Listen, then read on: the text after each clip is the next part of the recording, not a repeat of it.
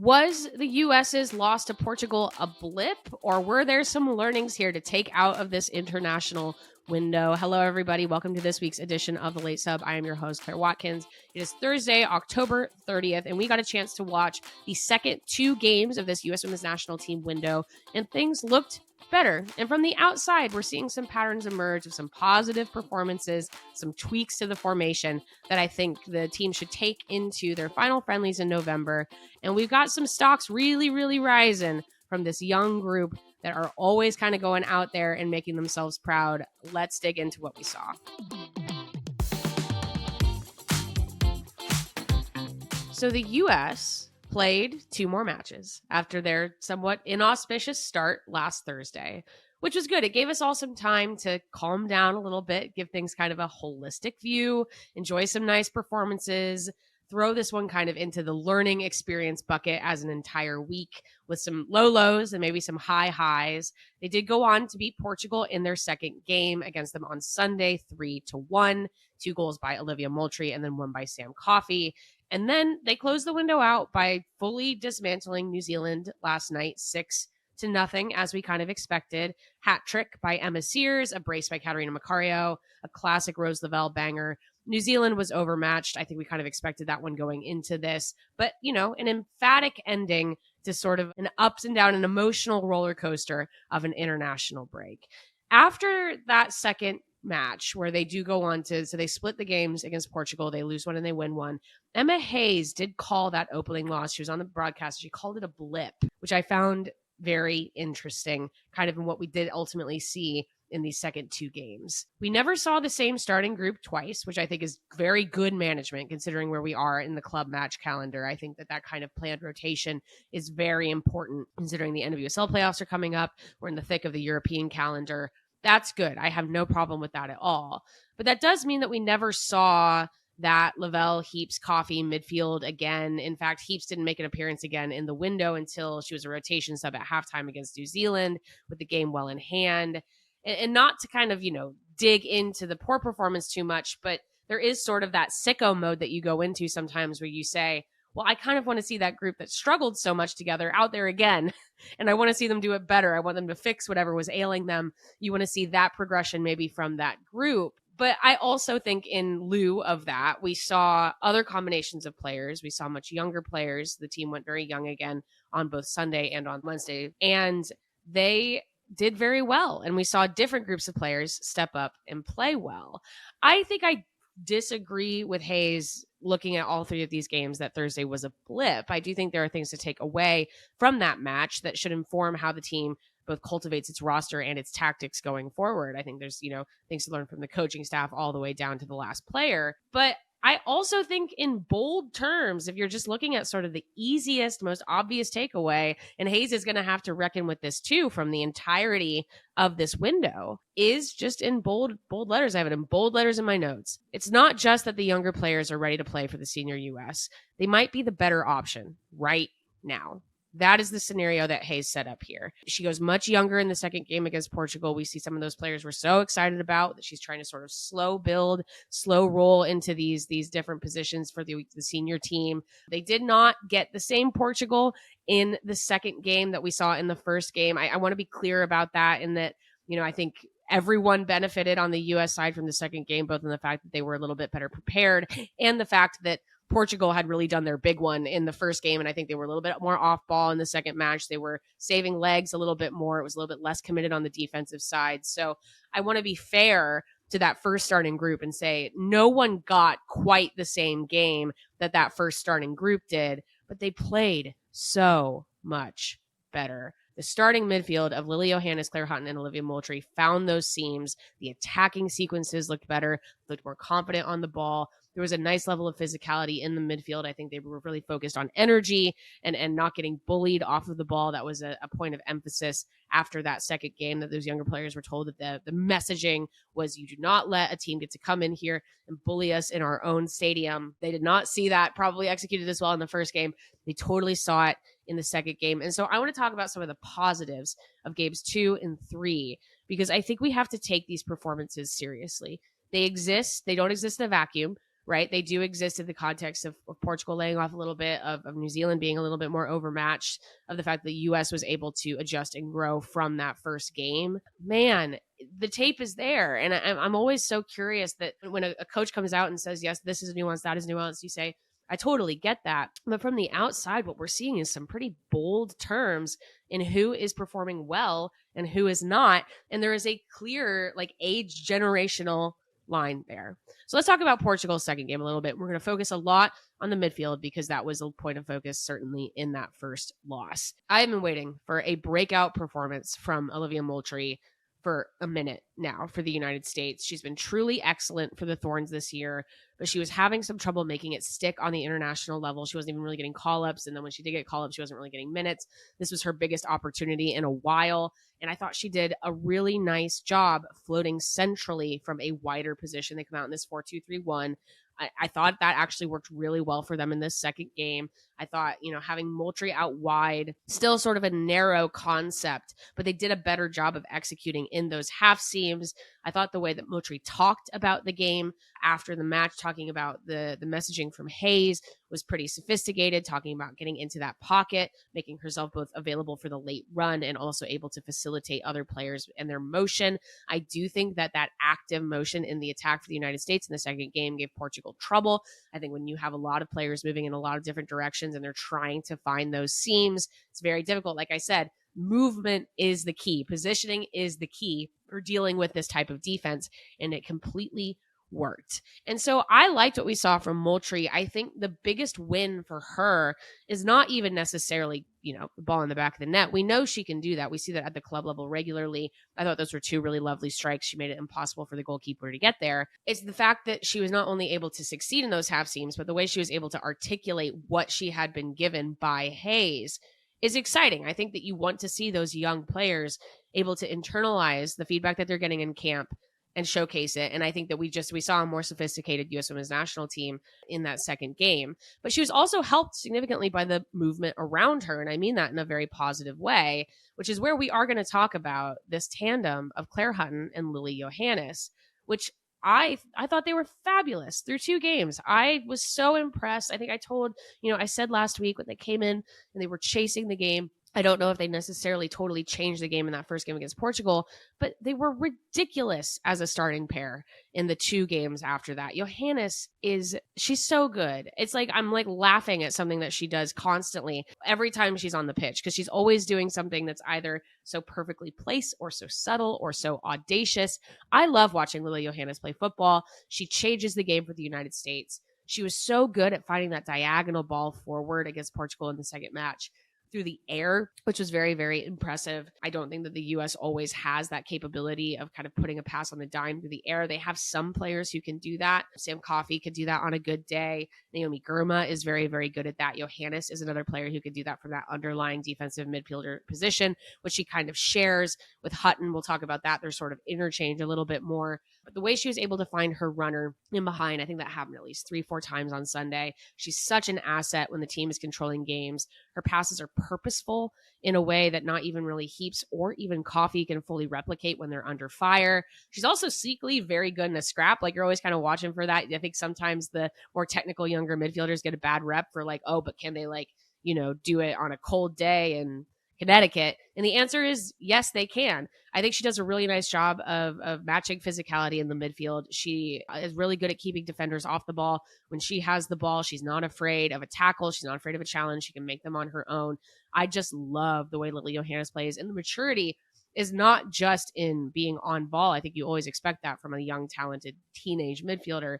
But she's a good all-around player. And I really think that she has to be considered someone who can handle this level of responsibility, even if they get under fire against a more technical midfield. I thought she was equally good on Wednesday, a game that kind of isolated the U.S.'s passing and positional patterns, just because New Zealand did not get on the ball very much. They did not do a good job of really challenging in that midfield. It was a different task, and I think the U.S. did a very good job with it, 6 goals. But that actually gave me a chance to sort of watch Hutton and Johannes in isolation when they didn't have a lot of pressure on them. And I love how intuitive those two are together. It feels like a real partnership more than two individual players focusing on themselves. Against New Zealand, when they were kind of running these possession drills because New Zealand was sitting kind of back, at least especially, once you got into the later part of the first half. The first half kind of felt like a whole game in that New Zealand game. They'd alternate who steps to pressure. You didn't always go like, yes, I think Lily Johannes is playing the number 6 right now and Hutton is stepping. Like you were able to see sort of that fluidity where they trusted each other. They were both very good at checking back to the central defense. That floating double midfielder combo really seems to be working well for them in a way that doesn't ask either player to be a superhero or cover too much space, doesn't ask one of them to only distribute and only defend. I just think that there is, a fluidity to that defensive midfield structure that we just don't see when they've got those three, there's someone like Heaps, Coffey, and Lavelle. That midfield, that Heaps, Coffey, Lavelle midfield leaves so much space for the other team to exploit. Whereas that sturdy 4-2-3-1, where you've got Hutton and Johannes, who are not afraid to push forward when it's on, but also have the ability to communicate with each other in addition to their defense and the midfielders in front of them. We're just not seeing that from other midfields, I think, with the United States. So I loved it. I love what I saw from those two. I think that they should play together always. I don't necessarily need to see a huge mix of those two with other players at this moment. I think if the U.S. wants to play a Lavelle Heaps style midfield, they have to have other contingencies, I think, in the defensive midfield. But Hutton and Johannes stocks are soaring. They have been, but every camp we're getting more and more evidence that they are the future of this team. And I think the push-pull, which I respect, I think Hayes is doing a really good job of protecting them as well, is that I think as a fan, you sit there and you go, more. I want them playing in every single game. We're probably not going to get that until the games really matter in about a year, but just fairly obvious that this is the future of the team. And it really feels like they are the present of the team, not only because of like player for player, how they play, but because their strengths forced the U.S. into a better system setup that sets everyone up to succeed. And those are the players that can change your program, are the players that make the coaches go, we're going to set up in this place, we're going to set up in this way, because that matches what these players can do, and it makes the whole team better. Johannes, Hutton, stocks soaring. Really good showing from Moultrie. Thought she had a very, very bright game there against Portugal. Who else should, come out of this week feeling good? Again, thought Michelle Cooper had a very good game against New Zealand. I thought she was finding the right pockets, getting the ball to Emma Sears for her first goal. Looks increasingly comfortable out there in a way that isn't necessarily the team's maybe first choice for winger, but she's making that decision hard. I also really liked what we saw from Jaden Shaw this week as sort of that false 9 behind Ali Sentner in the second Portugal game. She's so active. It just really feels like her confidence is back, and I do think that she is a player that her ability to impact games really depends on whether she's truly attacking. She's really trying to wrap herself around kind of what her movement is supposed to be. I do think when she is feeling confident, her movement opened things up for the rest of her teammates. She had that sick back heel on Sunday, showcasing that confident technicality that she can apply when she's at her best. Her place on this team is in flux. Like, I think, we can't forget that she had sort of been out, working her way in. She's playing very well for Gotham.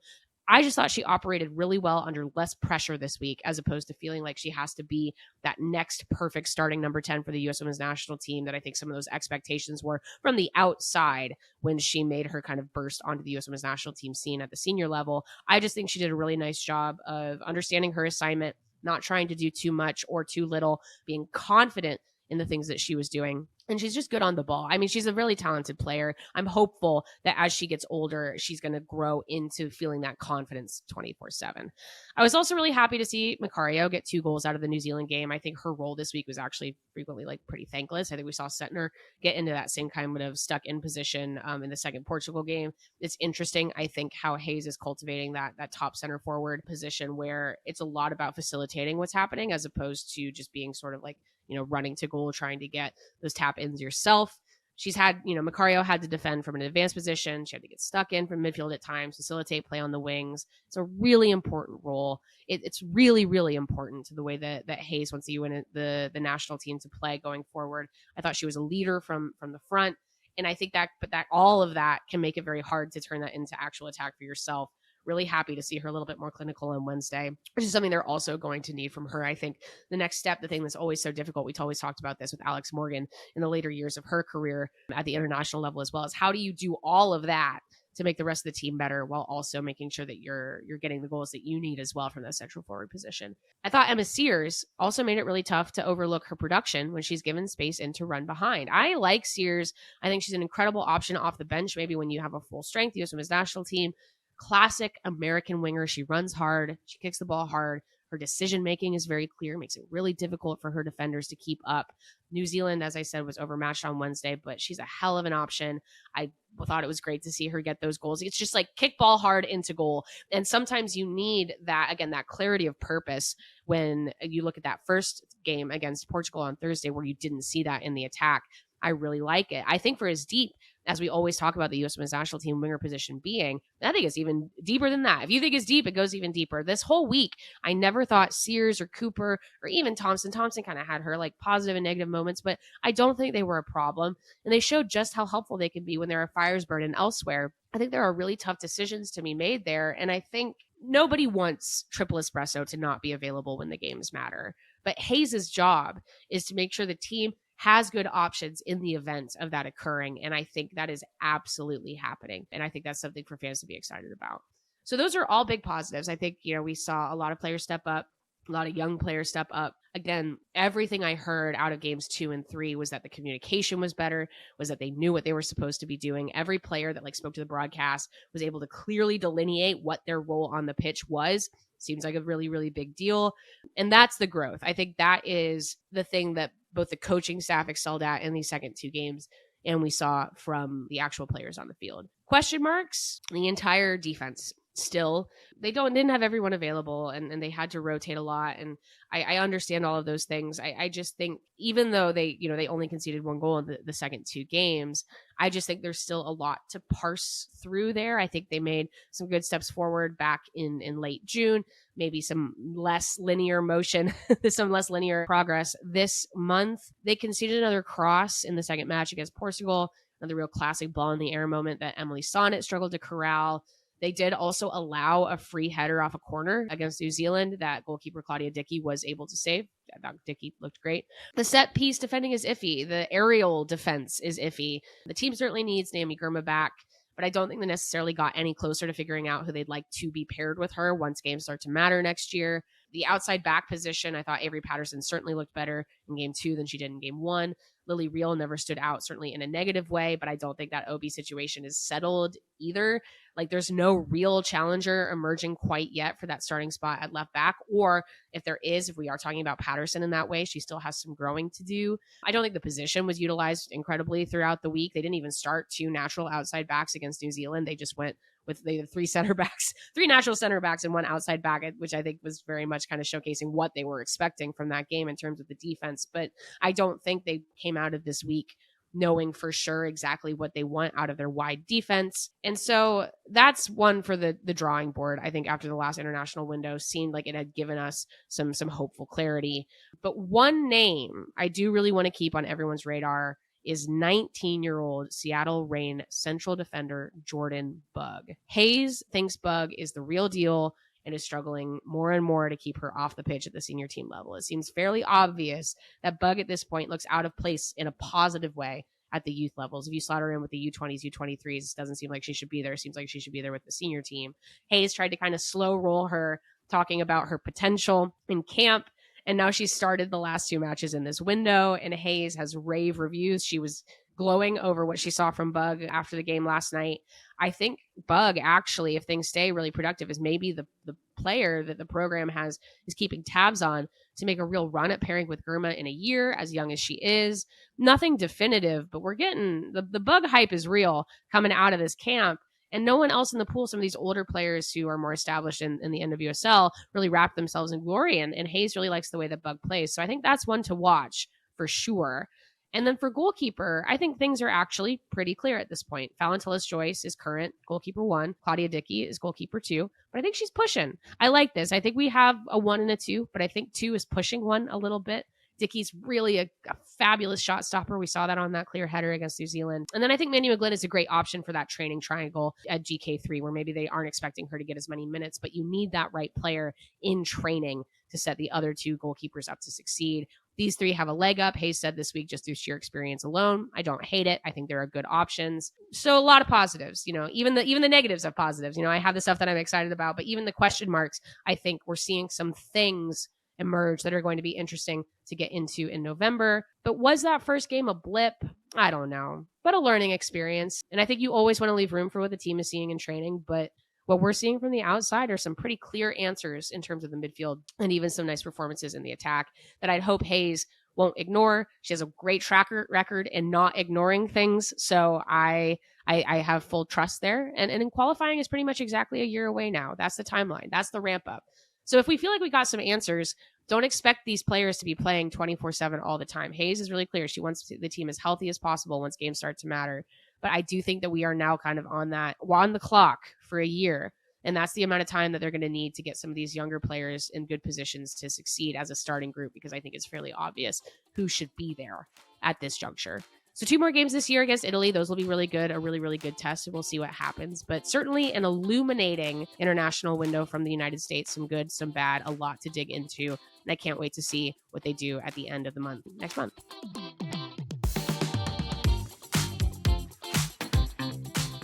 The Late Sub is part of the Just Women Sports Network. This show is written by Claire Watkins and produced and edited by Parker Fenton. To get more of your favorite women's sports content, subscribe to the Just Women Sports newsletter and follow Just Women Sports across all your favorite channels.